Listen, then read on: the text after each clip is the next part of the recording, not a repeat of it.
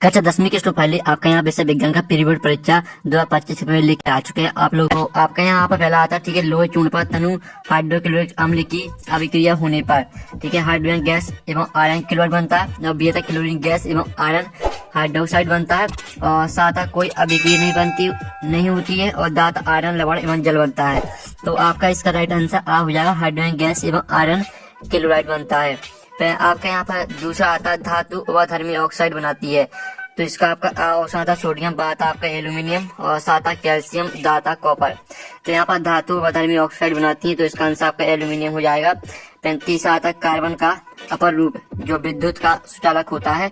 तो आपका इसका ऑप्शन आता है हीरा, बात आपका यहाँ पर फ्लोरीन और साथ आपका ग्रेफाइट और दाता उपयुक्त सभी। तो यहाँ पर कार्बन का अपर रूप है जो विद्युत का सुचालक होता है, तो इसका राइट आंसर आपका ग्रेफाइट हो जाएगा। फिर आपका चौथा देख लेते हैं, समतल दर्पण की फोकस दूरी होती है। तो इसका आपका ऑप्शन आता है 0, बात आपका अनंत और साता 25 सेंटीमीटर और दाता -25 सेंटीमीटर। तो यहाँ पर समतल दर्पण की फोकस दूरी होती है। आपका जो इसका राइट आंसर रहेगा तो वो आपका हो जाएगा, ठीक है, जो आपके यहाँ पर ये समतल दर्पण की फोकस दूरी होती है, तो इसका आंसर आपका अनंत हो जाएगा। फिर 5 मात्रा किसी चालक तार का प्रतिरोध निर्भर करता है। तो यहाँ पर किसी चालक तार का प्रतिरोध यहाँ पर तार की लंबाई पर निर्भर करता है। अब आपके यहाँ पर 6वां देख लेते हैं, ठीक है। तो आपका 6वां सही विकल्प आता है, अतिभारण के कारण परिपथ में धारा के मान पर क्या प्रभाव पड़ता है। तो इसका आंसर रहेगा अपरिवर्तित रहता है।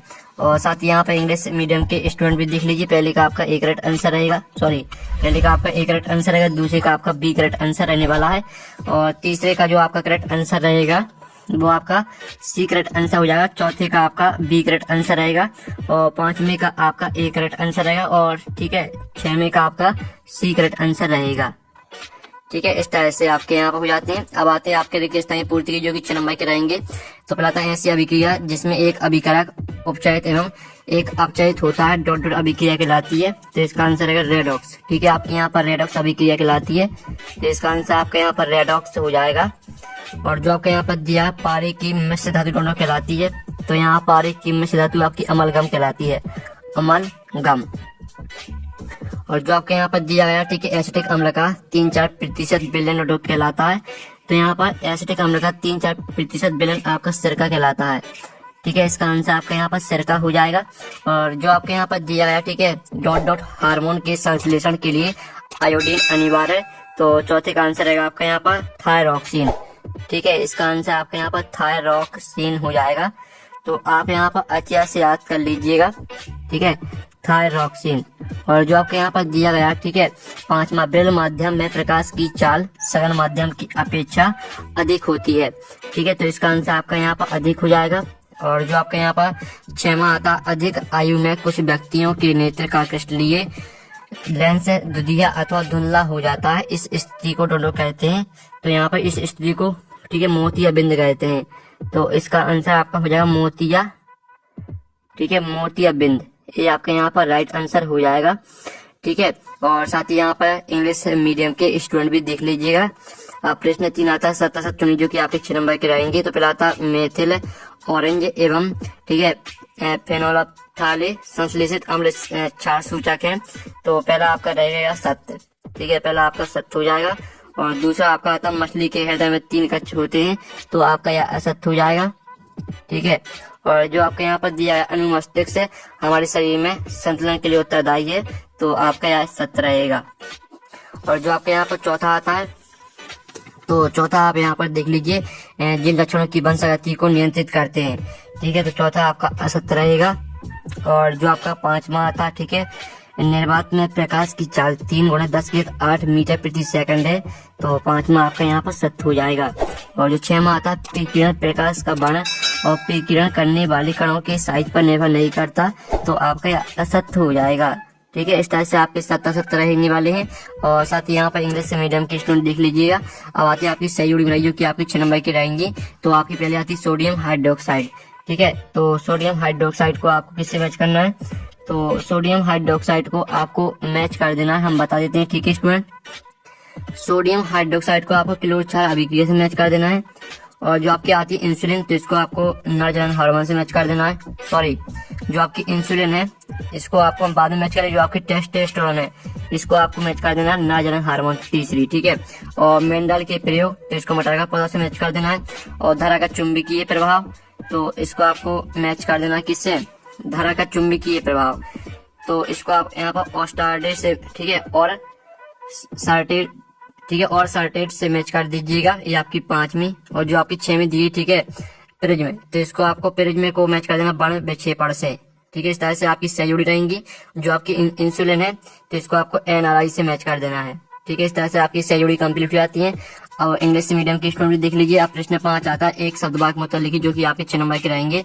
तो पहला एक का रेजिया क्या है, तो यहाँ पर, ठीक है, सांद्र HCl और सांद्र नाइट्रिक अम्ल के 3:1 के अनुपात को ताजा मिश्रण को एक्वाराइजा कहते हैं, ठीक है। आप फिर से देख लीजिए, ठीक है, सांद्र HCl और सांद्र नाइट्रिक अम्ल के 3:1 के अनुपात को ताजा मिश्रण को एक्वाराइजा कहते हैं। फिर आपका था अनुवांशिक लक्षणों की वंशागति के नियम किसने दिए, तो इसका जो आंसर है आपका, इसका आंसर होगा ग्रेगर जॉन मेंडल, ठीक है। आप यहाँ पर देख लीजिए ग्रेगर जॉन मेंडल, ये आपका यहाँ पर आंसर रहने वाला, ठीक है, ग्रेगर जॉन मेंडल। फिर आपका आता है उभयलिंगी पुष्प किसे कहते हैं, तो आपका इसका आंसर रहेगा जिन पुष्पों में नर एवं मादा दोनों जनन अंग होते हैं उन्हें उभयलिंगी पुष्प कहा जाता है, ठीक है। आप फिर से यहाँ पर सुन लीजिए जो आपका यहाँ पर दिया गया उभयलिंगी पुष्प किसे कहते हैं, तो इसका आंसर है जिन पुष्पों में नर व मादा दोनों जनन अंग होते हैं उन्हें उभयलिंगी पुष्प कहा जाता है। फिर जो आपके यहाँ पर आता है चौथा, आपको केरोसिन, तारपीन का तेल और जल दिए गए हैं, इनमें से किसमें प्रकाश सबसे अधिक तीव्र गति से चलता है, तो इसका आंसर आपका खुद कर लीजिएगा। 5वां आता लेंस का सूत्र लिखिए, तो लेंस का सूत्र होता है आपका यहाँ पर 1/F बराबर 1/V, ठीक है, प्लस 1/U, ये आपका यहाँ पर सूत्र होता है। और आपका जो यहाँ पर UNEP का पूरा नाम लिखिए, तो इसका आंसर है यूनाइटेड नेशन एनवायरमेंट, ठीक है, प्रोग्राम। जो आपका यहाँ पर UNEP का पूरा नाम होता है आपका यूनियन, ठीक है, नेशंस एनवायरमेंट प्रोग्राम, ठीक है, इस तरह से। और साथ ही यहाँ पर इंग्लिश मीडियम के स्टूडेंट देख लीजिएगा, ठीक है। अब चलिए आपके यहाँ पर प्रश्न 6 देख लेते हैं। तो प्रश्न आपका यहाँ पर 6 आता है, ठीक है, वायु में जलाने से पूर्व मेग्नीशियम रबर को साफ क्यों किया जाता है, तो चलिए हम यहाँ पर आंसर देख लेते हैं आपका 6वें क्वेश्चन का आंसर। तो स्टूडेंट आप यहाँ पर देख लीजिए, ये आपका यहाँ पर 6वें क्वेश्चन का आंसर है। मैग्नीशियम धातु सामान्य ताप पर नम वायु की उपस्थिति में मैग्नीशियम ऑक्साइड बनाता है जो मैग्नीशियम रबर के ऊपर सतह पर जमा रहता है, इसलिए इसे वायु में जलाने से पहले, ठीक है, रेगमाल से रगड़कर साफ किया जाता है, ठीक है। पूरा आपको याद कर लेना है। और जो आपके इसका अथवा दिया है, ठीक है, तो अथवा आप यहाँ पर देख लीजिएगा, किसी पदार्थ एक्स विलयन का उपयोग सफेदी करने के लिए होता है। तो हम 7वें का जो आपका 6वें का अथवा का आंसर वो आप खुद कर लेना, ठीक है। फिर आपका आता है सोडियम को केरोसिन में डुबोकर क्यों रखा जाता है, ठीक है। तो आप यहाँ पर 7वें क्वेश्चन का आंसर देख लीजिए। आपका 7वें क्वेश्चन का आंसर, सोडियम बहुत सक्रिय धातु है जो वायु में उपस्थित ऑक्सीजन से क्रिया करके आग पकड़ लेती है और सोडियम ऑक्साइड बनाती है। इस तरह से आपको यहाँ पर तेल में डुबा कर रखा जाता है, यहाँ तक याद कर लेना है। और जो आपके यहाँ पर दिया गया, ठीक है, 7वें का अथवा ऐसी धातु का उदाहरण दीजिए जो कमरे के तापमान द्रव होती हैं, चाकू से आसानी से काटा जा सकता है, ऊष्मा की सबसे अच्छी चालक होती है, ऊष्मा की कुचालक होती है। तो इसका आंसर आपको खुद कर लेना है। फिर आपका यहाँ पर आता 8वां द्विखंडन बहुखंडन से किस प्रकार भिन्न है, ठीक है। तो आप यहाँ पर देख लीजिए आपका 8वें क्वेश्चन का आंसर। तो इसका आप यहाँ पर स्क्रीनशॉट ले लीजिए। द्विखंडन से कोई एक कोशिकीय जीव 2 छोटे और लगभग समान भागों में, ठीक है, बांटा जाता है। इस तरह से पूरा आपको बहुखंडन होता है, यहाँ तक याद करना है। और साथ ही आप यहाँ पर देख लीजिए जैसे अथवा आता है, माँ के शरीर में गर्भस्थ शिशु किस प्रकार पोषण प्राप्त करता है, ठीक है। तो आपको इसका आंसर खुद कर लेना। फिर आपका 9वां आता परागण क्रिया निषेचन क्रिया से किस प्रकार भिन्न है, ठीक है। तो इसका आंसर आपको अंतर लिखना है, ठीक है। परागण और निषेचन में आपको अंतर लिखना है।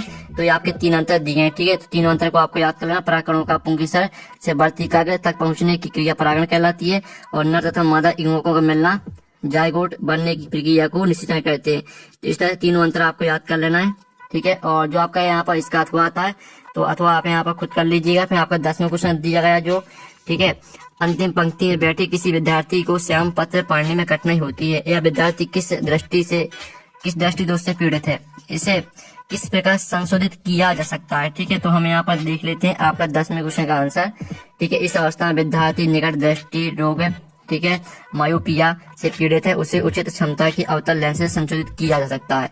ये आपका आंसर रहेगा। फिर आपका यहाँ पर देख लेते हैं, ठीक है, आपका 10वें का अथवा आता है, तो इसका आंसर आप खुद कर लीजिए। फिर आपका 11वां क्वेश्चन देख लेते हैं।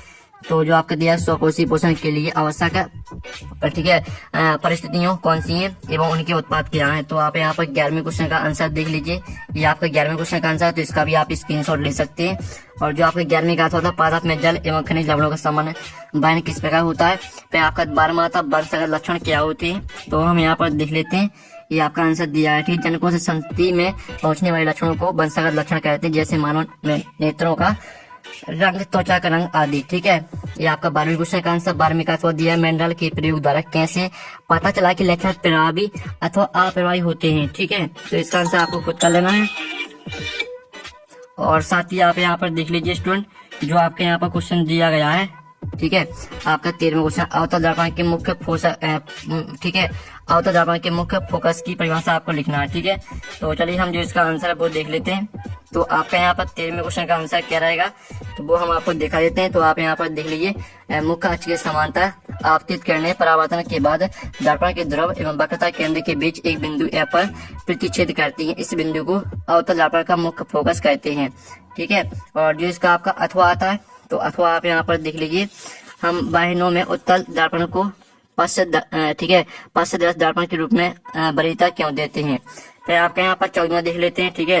तो आपका यहाँ पर 14वां क्वेश्चन आता है, जिसमें आप यहाँ पर दिले प्रकाश वायु से 1.50 अपवर्तनांक की कांच की प्लेट से प्रवेश करता है। कांच में प्रकाश की चाल कितनी होगी। निर्वात में प्रकाश की चाल 3/10⁸ मीटर प्रति सेकंड है, ठीक है। तो आप यहाँ पर देख लीजिए, आपका 14वें क्वेश्चन का आंसर है। तो इसका भी आप यहाँ पर स्क्रीनशॉट ले सकते हैं, ठीक है। और साथ ही आप यहाँ पर देख लीजिए, 14वें का आपका अथवा आता है, मीटर फोकस दूरी वाले किसी अवतल लेंस की क्षमता ज्ञात कीजिए। तो इसका आंसर आपको खुद करना है। 15वां आता है, किसी विद्युत परिपथ में लघु पतन कब होता है। तो हम यहाँ पर 15वें क्वेश्चन का आंसर देख लेते हैं। जब विद्युत परिपथ में, ठीक है, विघुनमय तार तथा उदासीन तार संपर्क में आ जाती है, तो प्रतिरोध के शून्य हो जाने के कारण लघु पतन होता है, ठीक है। आपका 15वें क्वेश्चन का आंसर रहेगा। और आप इसका अथवा देख लीजिए, दो चुंबकीय क्षेत्र रेखाएं एक दूसरे को प्रतिच्छेद क्यों नहीं करते, ठीक है। और आप यहाँ पर देख लीजिए, जो आपको 16वां क्वेश्चन दिया गया, चुंबकीय क्षेत्र रेखाओं के 2 गुण लिखिए। तो आप यहाँ पर देख लीजिए, आपके चुंबकीय क्षेत्र रेखाओं के गुण, ठीक है। चुंबकीय बल रेखा वक्राकार बनाती हैं, एक दूसरे को नहीं काटती हैं। चुंबकीय क्षेत्र रेखा या रेखा समांतर होती है। इस तरह से पूरा आपको याद करना है। ये आपका 16वें क्वेश्चन का आंसर रहेगा। और आपके यहाँ पर 16वें का अथवा आता है, ठीक है, चुंबकीय क्षेत्र उत्पन्न करने के कोई 2 तरीके लिखिए। और साथ ही आपके यहाँ पर देख लेते हैं 17वां क्वेश्चन। तो आपके यहाँ पर 17वां क्वेश्चन आता है, आजीवन निम्नीकरण पदार्थ पर्यावरण को किस प्रकार प्रभावित करते हैं। कोई 2 प्रभाव आपको लिखना है। तो आप यहाँ पर देख लीजिए, आपका 17वें क्वेश्चन का आंसर है। आपके 2 प्रभाव दिए गए हैं, ठीक है। तो इसका आप स्क्रीनशॉट ले सकते हैं। और साथ ही आपका जो इसका अथवा दिया गया है, ठीक है, पारितंत्र में अपघटकों की क्या भूमिका है। फिर आपका 18वां आता है, ठीक है, विभजन अभिक्रिया को संयोजन अभिक्रिया के विपरीत क्यों कहा जाता है। अभिक्रियाओं के समीकरण के उदाहरण लिखिए। तो हम यहाँ पर 18वें क्वेश्चन का आंसर देख लेते हैं। तो ये रहा आपका 18वें क्वेश्चन का आंसर, ठीक है। इसका आप स्क्रीनशॉट ले सकते हैं। और साथ ही आप यहाँ पर देख लीजिए, इसका अथवा दिया गया, श्वसन को ऊष्माक्षेपी अभिक्रिया कहा जाता है क्यों, ठीक है। तो इसका आंसर आपको खुद कर लेना है। फिर आपका आता है तंत्रिका कोशिका नामांकित चित्र बनाइए। तो आप यहाँ पर देख लीजिए, आपका तंत्रिका कोशिका का नामांकित चित्र, ठीक है। तो इसका आप स्क्रीनशॉट ले सकते हैं। और जो आपके यहाँ पर दिया गया है, प्रतिवर्ती क्रिया को स्पष्ट कीजिए। तो इसका आंसर आपको खुद कर लेना है। फिर आपका 20वां आता है, ओम के नियम को समझाइए एवं उसका गणितीय रूप लिखिए। तो आप यहाँ पर देख लीजिए, आपको ओम का नियम दिया गया है, ठीक है। और आप इसका यहाँ पर इतना स्क्रीनशॉट और ले लीजिए, ठीक है। तो आपने स्क्रीनशॉट यहाँ पर ले लिया होगा। ये आपका 20वें का अथवा का आंसर है, ठीक है। ये आपका हमने 20वें का अथवा का आंसर करा दिया है। जो आपका 21वां क्वेश्चन दिया गया है, तो 21वां क्वेश्चन आप यहाँ पर देख लीजिएगा। और साथ ही 21वें क्वेश्चन में जो आपका यहाँ पर दिया, परख नली ए एवं बी में समान लंबाई, इस तरह से आपका दिया गया, ठीक है। तो आप यहाँ पर देख लीजिए, आपका 21वें क्वेश्चन का आंसर। तो इसका भी आप स्क्रीनशॉट ले लीजिएगा। और साथ ही आप 21वें का अथवा देख लीजिए, एक गोला ताजे दूध में थोड़ा बेकिंग सोडा मिलाता है, ठीक है। इस तरह से आपका यहाँ पर दिया गया है। तो आप यहाँ पर देख लीजिए, इसका आंसर आपको खुद कर लेना है। 22वां आपका देख लेते हैं। तो 22वां क्वेश्चन आपका यहाँ पर दिया गया, ठीक है। 22वें का अथवा, साबुन एवं अपमार्जक में आपको कोई 4 अंतर लिखने हैं, ठीक है। तो आप यहाँ पर देख लीजिए, आपके साबुन अपमार्जक में 4 अंतर। पहले आप 2 अंतर देख लीजिए, फिर इसके बाद 2 अंतर और, ठीक है। तो इस तरह से आपके साबुन और अपमार्जक में 4 अंतर यहाँ पर हो जाते हैं। और जो आपका 23वां क्वेश्चन दिया गया, जिसमें आपको यहाँ पर, ठीक है। मनुष्य के पाचन तंत्र का नामांकित चित्र बनाना है, तो ये आपका मनुष्य के पाचन तंत्र का नामांकित चित्र। ठीक